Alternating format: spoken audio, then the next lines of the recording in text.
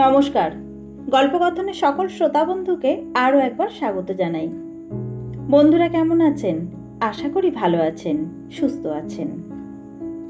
আপনাদের কাছে আমার আজকের নিবেদন বিভূতিভূষণ বন্দ্যোপাধ্যায়ের লেখা ছোট গল্প হাজারি খুঁড়ির টাকা। গ্রামের মধ্যে বাবা ছিলেন মাতব্বর।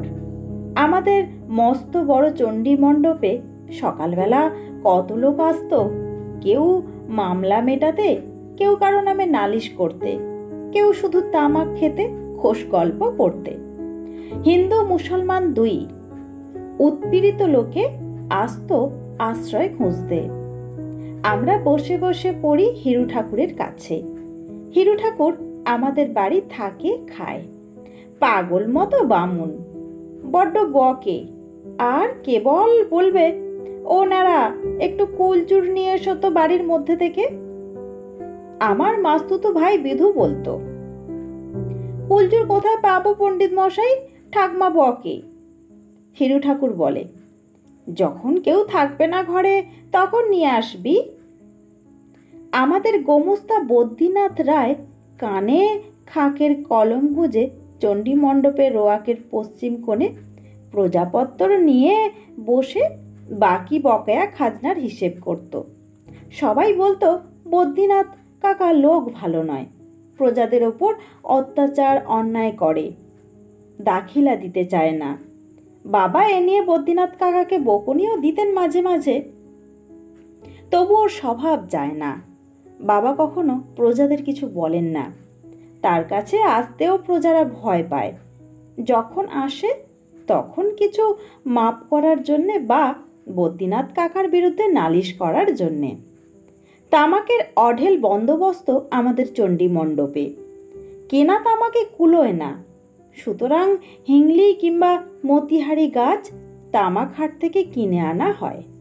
আমাদের কৃষাণ দুলাল মুচি সেগুলো বাঁশের ওপর রেখে দা দিয়ে কাটে। তারপর সেই রাশিকৃত গুঁড়ো তামাক কোতরা গুড় দিয়ে মেখে কেটে কলসি ভর্তি করে রাখা হয়। যে আসছে সেই কলসির মধ্যে হাত পুড়ে এক থাবা তামাক বার করে নিচ্ছে। কলকে আছে ভেরেন্ডা কিংবা বাবলা কাঠের কয়লা আছে এক রাশ, শোলা আছে বোঝা বোঝা, চকমকি পাথর আর ঠুকুনি আছে। খাও কে কত তামাক খাবে।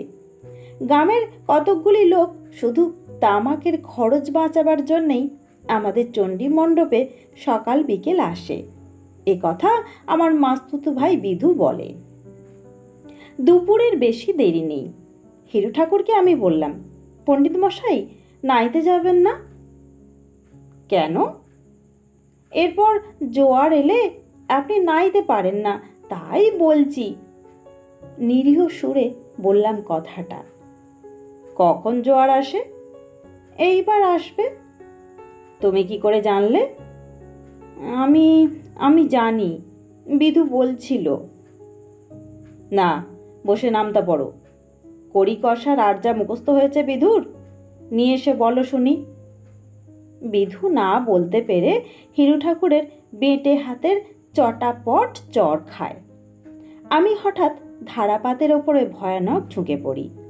এমন সময়ে আমাদের হাজারি খুঁড়ি এসে বদ্রীনাথ কাকার সামনে দাঁড়ালো। হাজারি খুঁড়ি গোপাল ঘোষের পরিবার। ওর ছেলের নাম বলাই, আমার বয়সী, আমাদের সঙ্গে খেলা করে। গোপাল ঘোষ মারা গিয়েছে আজ বছর খানেক। ওদের সংসারে বড় কষ্ট। হাজারির এক পা খোঁড়া বলে গ্রামের সকলে তাকে হাজারি খুঁড়ি বলে ডাকে। সে এর ওর বাড়ি ঝিগিরি করে কোনো রকমে দিনপাত করে। বদ্রীনাথ কাকা বললে, কি? হাজারি বললে, টাকা। কি? টাকা এনেলাম। কিসের টাকা? এই টাকা। হাজারি লজ্জায় জড়সড় হয়ে গেল। বদ্রীনাথ কাকা বাবার দিকে চেয়ে বললেন, ও অম্বিক। বাবা ছিলেন চণ্ডী মণ্ডপের ওদিকে বসে, কেননা এদিকে ছেলেদের নামতা পড়ার গণ্ডগোল এবং বিভিন্ন প্রজাপত্তরের কচকচি তার বরদাস্ত হতো না। তিনি ওদিকে বসে নিবিষ্ট মনে তামাক খেতে খেতে কী সব খাতার পাতা উল্টাতেন। বদ্রীনাথ কাকা তাকে ডাক দিতে তিনি খাতার পাতা থেকে মুখ তুলে বললেন, কি? গোপাল গয়লার পরিবার কি বলছে শোনো। আমি তো কিছু বুঝলাম না। টাকার কথা কি বলছে? যাও, বাবুর কাছে যাও। আমরা নতুন কিছু ঘটনার সন্ধান পেয়ে ধারাপাত থেকে মুখ তুলে কান খাড়া করে দু চোখ ঠিকরে সোজা হয়ে বসলাম। বাবা বললেন, কি হাজারি, কিসের টাকা বলছিলে? টাকা আনলাম। কিসের টাকা? তোমার তো খাজনা করো না। গোপাল গয়লার ভিটের খাজনার মাপ ছিল। এগে সে টাকা নয়। কথা শেষ করেই হাজারি খুঁড়ি একখানা কালো কিষ্টি ময়লা ন্যাকড়ার পুঁটুলি খুলে বাবার পায়ের কাছে ঢাললে। এক রাশ রূপোর টাকা। বাবা অবাক, বদ্রীনাথ কাকাও অবাক, হিরু পণ্ডিতও অবাক। আমাদের তো কথাই নেই। গরিব হাজারি খুঁড়ি একটি রাশ নগদ টাকা ঢালছে তার ছেঁড়া ন্যাকড়ার পুঁটুলি খুলে। বাবা বললেন, এ কিসের টাকা? এত টাকা কেন এনেছো? তুমি কোথায় পেলে? হাজারি মুখে ঘোমটা টেনে অন্যদিকে মুখ ফিরিয়ে দাঁড়িয়েছিল। বললে, উনি দিয়ে গিয়েছেন, আপনার ছেলে, আপনার কাছে রাখুন। এতক্ষণে আমরা সবাই ব্যাপারটা বুঝলাম। হাজারি টাকাটা গচ্ছিত রাখতে এনেছে বাবার কাছে। বাবা বললেন, টাকাটা আমার কাছে রাখবে? হ্যাঁ বাবা। কত টাকা আছে? সে বললে, 400। আপনি গুনে দেখেন। বদ্রীনাথ কাকা টাকা গুনে দেখলে ঠিক 400 টাকাই আছে। বাবা বললেন, 400 টাকা পুরোপুরি রাখতে নেই, 1 টাকা কম কি 1 টাকা বেশি রাখতে হয়। 1 টাকা তুমি নিয়ে যাও। কোথায় এতদিন টাকা রেখেছিলে?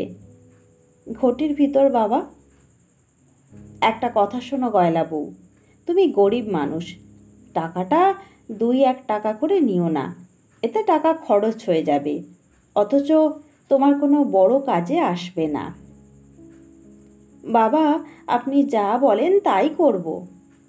হাজারি চলে গেল।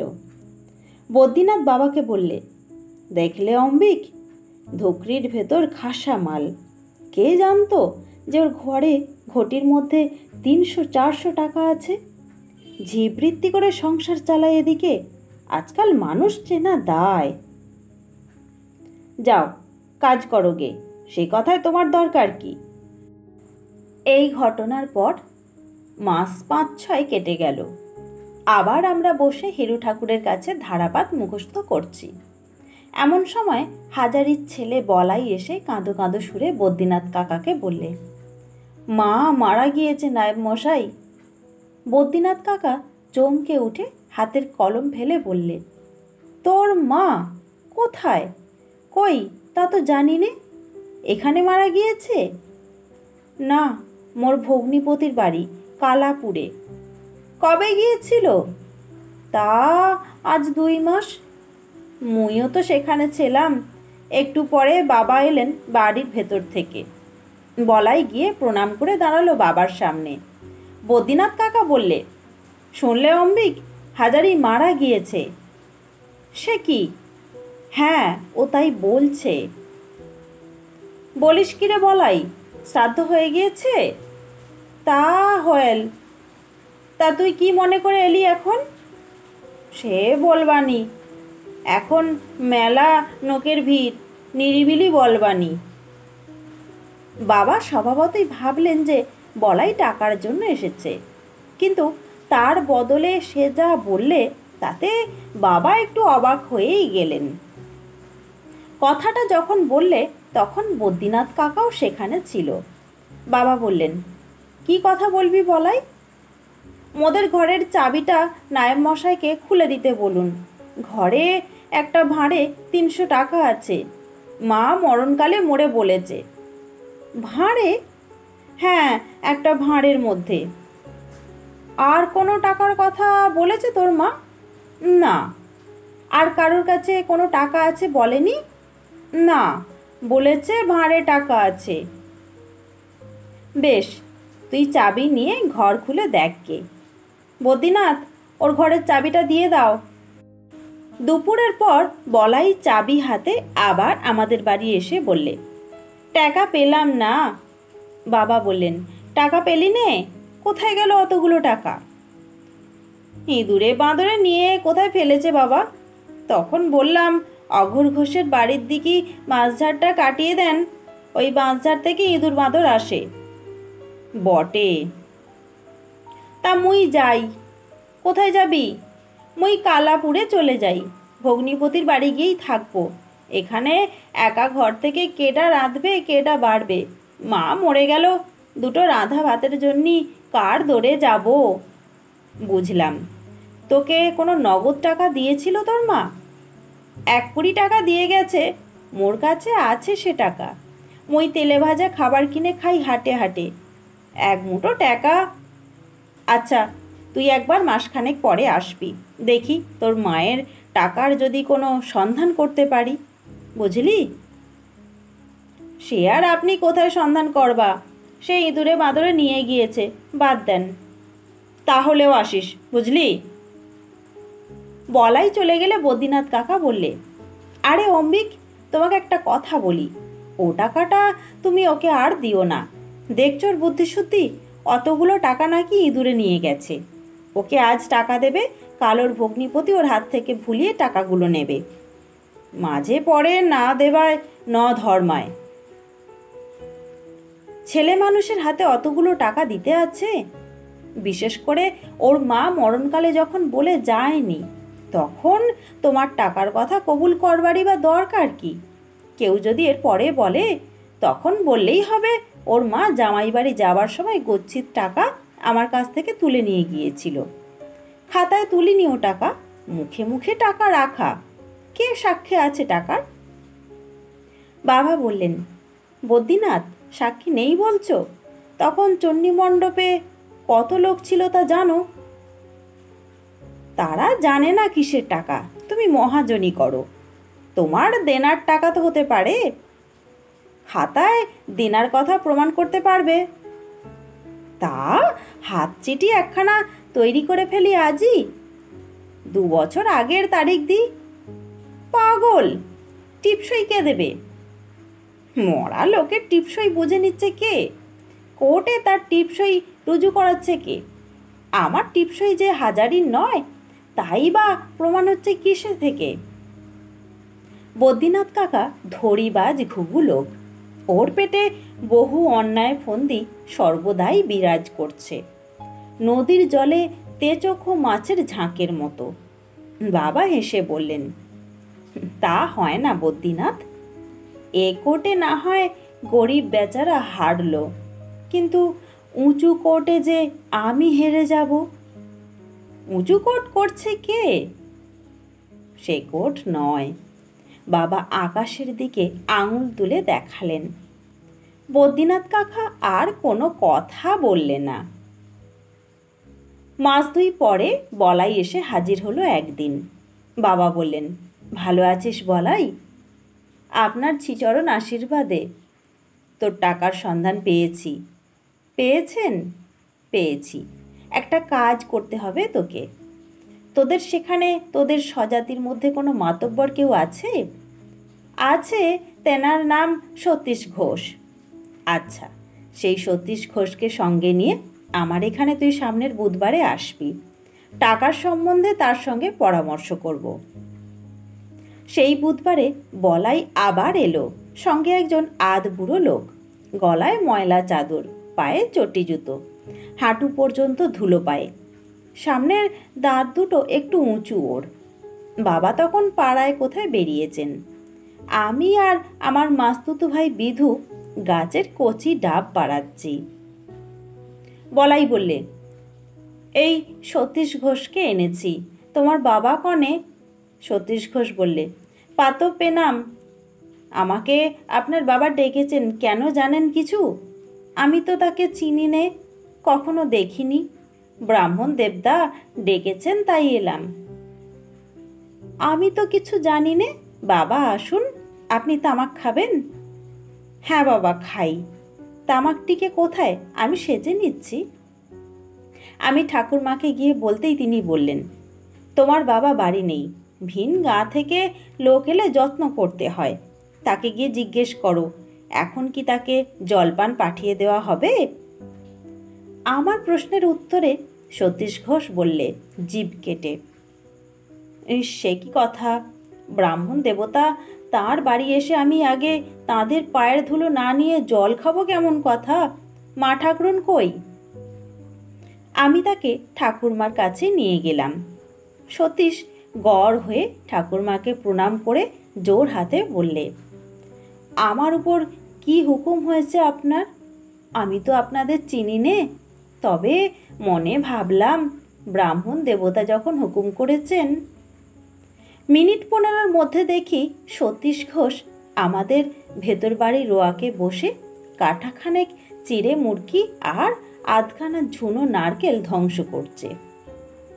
ঠাকুরমাকে একটু মিষ্টি কথা বললে আর রক্ষে নেই। কত প্রজা যে বিপদে পড়ে এসে ঠাকুরমার মনস্তুষ্টি করে শক্ত শক্ত বিপদ পার হয়ে গিয়েছে তার ঠিক নেই।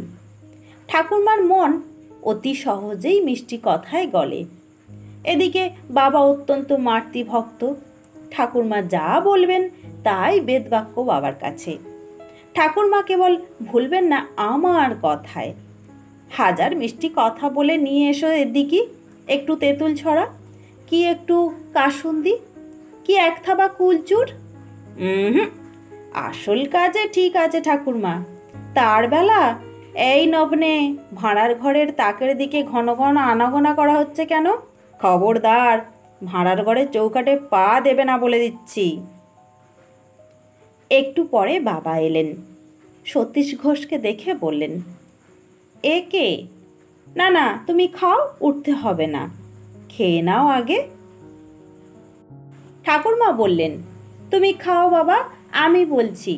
এ হলো সতীশ ঘোষ, হাজারির ছেলে বলাই সঙ্গে করে এনেছে কালোপুর থেকে। ও বুঝলাম। আচ্ছা, বেলা হয়েছে, আমি চান করে আহ্নিক করে নিই, আহারাদির পর কথাবার্তা হবে। তুমিও গঙ্গায় চান করে এসো, দিব্যি ঘাট, চখা বালি, কোনো অসুবিধে হবে না। সতীশ ঘোষ চণ্ডী মণ্ডপে খেয়ে মাদুর পেতে শুয়ে আছে। ঠাকুরমা বললেন, এতটা পথ হেঁটে এসেছো বাবা, একটু জিরিয়ে নাও, খেয়ে দে। বিকেলে বাবা সতীশ ঘোষকে বললেন সব কথা। সতীশ অবাক হয়ে বললে, কত টাকা বললেন? 400 টাকা। তা আমায় ডাক দিলেন কেন? তার মানে ওর হাতে টাকা দিতে চাইনি, ও ছেলে মানুষ, যেমন ওর হাতে টাকা পড়বে অমনি ওর ভগ্নিপতি শরৎ ঘোষ ওর হাতে থাবা দিয়ে সমস্ত টাকা কেড়ে নেবে। তাকে আমি চিনি, অভাবগ্রস্ত লোক, ও বেচারি মায়ের ধনে বঞ্চিত হয়ে থাকবে। তার চেয়ে আমি তোমার হাতে টাকাটা দিই, তুমি রেখে দাও আপাতত, ওকে জানানোর দরকার নেই, জানালে বিরক্ত করে মারবে টাকার জন্যে। আজ দাও 2 টাকা, কাল দাও 5 টাকা, ওর সেই ভগ্নিপতি প্ররোচনা দেবে, যা গিয়ে টাকা নিয়ে আয়, বুঝলে না? তুমি টাকাটা রেখে দাও, বলাই সাবালক হলে সমস্ত টাকা ওর হাতে দিয়ে দেবে, তারপর সে যা হয় করুককে। এখন তুমি আমি ভগবানের কাছে দায়ী আছি নাবালকের টাকার জন্যে। নাবালকের স্বার্থ রক্ষার দায়িত্ব আমার এবং তোমার। সতীশ হাত জোর করে বললে, দেখুন দিকি, এই জন্যেই তো বলি ব্রাহ্মণ দেবতা, সাধে কি আর বলি? তা আপনি আমাকে ডাকলেন কেন? আমাকে কেন জড়ান? আপনার কাছেই তো। না, বলাই যদি এ গায়ে বাস করত তবে টাকা আমিই রাখতাম।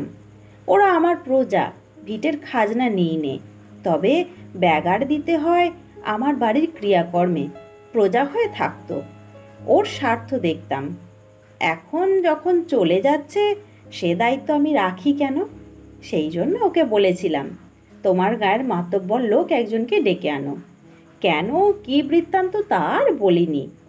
টাকা অতি খারাপ জিনিস সতীশ, তুমিও তো বিষয়ী লোক, আমার কথা তুমি বুঝতে পারবে। টাকাটা আমি এনে দিই, তুমি নিয়ে যাও। আচ্ছা দেবতা, একটা কথা, আপনার যখন হুকুম তখন নিয়ে আমি যাব, তবে মোড়ল মাতব্বর আমি কিছুই নই, আপনাদের শ্রীচরণের চাকর, এই মাত্র কথা। মোড়ল মাতব্বর আমি নই, কিন্তু একটা কথা। কি? যদি বলাই সাবালক হওয়ার আগে মারা যায় তবে টাকার কি হবে? তাহলে মা ও ছেলের নামে এই দিয়ে স্বজাতি জ্ঞাতি কুটুম ভোজন করিও একদিন, ওদের তৃপ্তি হবে। আহা, ওর মা হাজারি বড্ড ভালো লোক ছিল, তার কথা ভাবলে কষ্ট হয়, বড্ড সরল। সত্যি সেদিন টাকা কড়ি গুনে গেঁথে নিয়ে চলে গেল বটে, কিন্তু মাস কয়েক পরেই একদিন এসে হাজির হলো সেই চণ্ডী মণ্ডপে হিরু ঠাকুরের কাছে। তখন আমরা পড়ছি। সতীশ ঘোষ এসে বাবাকে প্রণাম করে বললে, সে হয়ে গিয়েছে। আপনাকে আর আমাকে আঙুল দেখিয়ে দিয়ে এই খোকাবাবুকে আর এই নায়েব বাবুকে একবার যেতে হচ্ছে কালোপুর। বাবা বললেন, মানে? মানে আপনাদের বলাই আজ 3 দিন হলো গরু চড়াতে গিয়ে বাজ পড়ে মারা গিয়েছে। বাজ পড়ে? আগে হ্যাঁ, মোড়ে মাঠেই পড়েছিল। সন্ধ্যের সময় টের পেয়ে তখন সবাই গিয়ে তাকে দেখে পড়ে আছে। নিয়তির খেলা, আপনি বা কি করবেন, আমি বা কি করব। এখন চলুন, অপঘাতে মৃত্যু, 3 দিন অশৌচ, কাল তার শ্রাদ্ধ। সেই টাকাটা আপনি যেমন হুকুম দেবেন আপনার সামনে খরচ করব। বদ্রীনাথ কাকা আর বাবা পরদিন কালোপুর গেলেন, সঙ্গে আমি। আশ্চর্য হলাম আমরা সকলেই সেখানে গিয়ে। সতীশ ঘোষ অবস্থাপন্ন গৃহস্থ, 8 চালা বড় ঘর, চণ্ডী মণ্ডপ, সদর অন্দর পৃথক, সবই ঠিক। কিন্তু লোকজনের সমারোহ আয়োজন দেখে আমরা তো অবাক। 400 টাকায় এত লোক খাওয়ানো যায় না, এমন সমারোহ করা যায় না। হাজারিখুড়ির বার্ষিক সপিণ্ডকরণ শ্রাদ্ধ ওই সঙ্গে হলো। সকাল থেকে রাত পর্যন্ত লোক খাওয়ানোর বিরাম নেই। আজ থেকে 30-35 বছর আগের কথা। সস্তায় গন্ডার দিন ছিল বটে, তবু 700-800 টাকার কমে সেরকম খাওয়ানো যায় না, তত সমারোহই করা যায় না। আর কি যত্নটা করলে আমাদের সতীশ ঘোষ! লুচি, ছানা, সন্দেশ, দই সবসময় হাতজোড় করেই আছে। বাবা বললেন, সতীশ, এ কি ব্যাপার? তোমার ঘর থেকে কত খরচ করলে? তুমি তাদের কেউ হও না, জ্ঞাতি নও, কুটুম্ব নও, তাদের জন্য এত টাকা? সে হাতজোড় করে বললে, দেবতা, টাকা তো ময়লা মাটি, আপনি হুকুম দিলেন। বলি, করতে যদি হয় তবে ভিনগাঁয়ের মা আর ছেলে বেঘরে মারা গেল, ওদের শ্রাদ্ধ একটু ভালো করেই করি। আপনি খুশি হয়েছেন দেবদা? বদ্রীনাথ কাকা, যে অত জাহাবাজ ঘুঘু লোক, কালোপুর থেকে ফিরবার পথে বলল, না সত্যি হাজারিখুড়ির পুণ্যি ছিল, তাই টাকাটার সৎ ব্যয় হলো। ভালো হাতে পড়েছিল টাকাটা। ছেলেবেলার কথা এসব। তখন পল্লীগ্রামের লোক এমনই সরল ছিল, ভালো ছিল। আজ বাবাও নেই, সে সতীশ ঘোষও নেই। এখন দূর স্বপ্নের মতো মনে হয় সেসব লোকের কথা। হাজারিখুড়ির শ্রাদ্ধের পরে সতীশ ঘোষ আমাদের বাড়িতে অনেকবার এসেছিল। আমার ঠাকুরমাকে মা বলতো, বাবাকে দাদা ঠাকুর বলেই ডাকতো। সঙ্গে করে আনতো মানকচু, আখের গুড়, ঝিকরহাটি বাজারের কদমা আর জোড়া সন্দেশ। কখনো কখনো ভাঁড়ে করে গাওয়া ঘি আনতো। আমার বড় দিদির বিয়ের সময় ওদের বাড়ির ঝি বউয়েরাও নিমন্ত্রিত হয়ে এসেছিল। একখানা ভালো কাপড় দিয়েছিল বিয়েতে। বাবা মারা যাওয়ার পরে আমরা দেশ ছেড়ে বিদেশে যাই। শুনেছিলাম সতীশ ঘোষ মারা গিয়েছে বহুদিন, আর কোনো খোঁজ খবর রাখি না তাদের। আপনারা শুনছিলেন বিভূতিভূষণ বন্দ্যোপাধ্যায়ের লেখা ছোট গল্প হাজারিখুড়ির টাকা। গল্পটি ভালো লাগলে ভিডিওতে একটা লাইক দিয়ে পাশে থাকবেন। সকলকে অনেক ধন্যবাদ। নমস্কার।